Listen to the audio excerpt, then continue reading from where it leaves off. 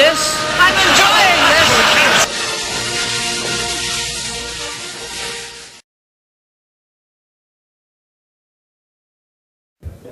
Mr. Kinnock. Mr. Speaker, since the Prime Minister has publicly admitted that she was, in her words, aware of the terms and conditions of the arrangements reached with British Aerospace over the sale of Rover, will she confirm that her knowledge of these arrangements included details of the £44 million sweeteners of which this Parliament was never to be told? Speaker, as I indicated on the 14th of December 1989, I was kept aware throughout of the progress of the negotiations with British Aerospace and of the basic terms and conditions of the agreements reached. Our priority at the time was to safeguard the interests of the company, its employees, and the taxpayer. That objective was secured, and billions of pounds of future state aids and taxpayers' money was thus saved. Mr. Speaker, on 30th November last year, I asked her twice if she knew of all of the arrangements about the sweeteners. She dodged the question then. She is seeking to dodge the question now. Will she give a straight answer to a straight question? When she says that she knew of the arrangements, did her knowledge include, or did it not include, knowledge of the sweeteners of which this Parliament, the European community, and the British people were never to be told? Speaker, I answered the question in a written answer. I answered the question in a... Order. The Prime Minister. Written answer on the 14th of December 1989.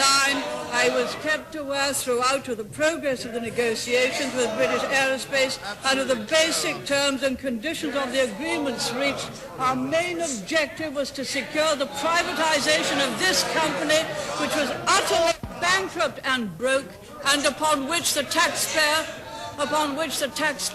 had already spent £3.5 billion in aids and a further £1.6 billion contingent liabilities. We in fact got this company successfully privatized, and it is profitable. Of course, that means nothing to the right honourable gentleman, who probably would have preferred to have it nationalised and the taxpayer continue to be fleeced. What does mean something to me and should mean something to the Prime Minister, Mr. Speaker, is the integrity of the Right Honourable Lady herself. Did she know or did she not know that £44 million of illegal sweeteners was part of the deal?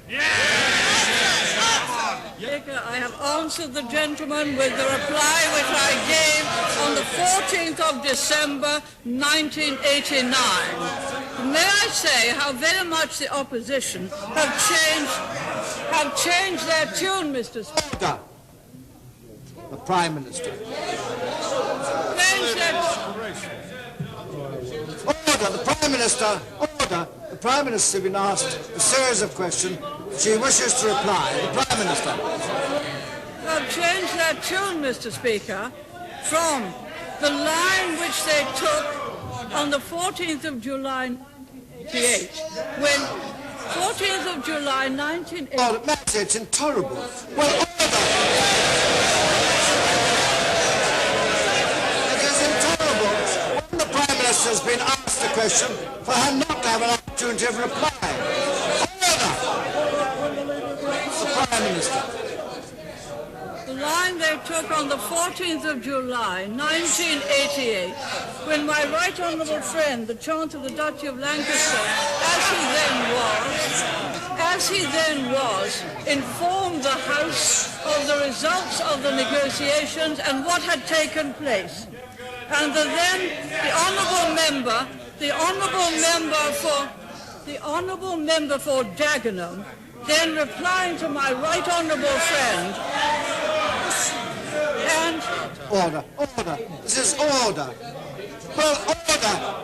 This is order. This is the House of Commons and we listen to order. This is the House of Commons and we listen to the answers that are given to questions. The Prime Minister. Mr. Speaker, the Honourable Member for Dagenham, replying to my right honourable and learned friend and referring to his latest visit to the Commission as going cap in hand to Brussels to beg for concession, said this, Mr. Speaker, if the House is quiet enough to hear or interested enough to hear. He said, Mr. Speaker, how is it? Well, it'll be order. If the honourable gentleman continues to shout, of course it's going to take time. The Prime Minister. The Honourable Member for Dagenham said to my right honourable friend, in announcing the result, said of the Commission, how is it that an unelected official can tell the Secretary of State for Trade and Industry that his terms are non-negotiable? That is what they said then.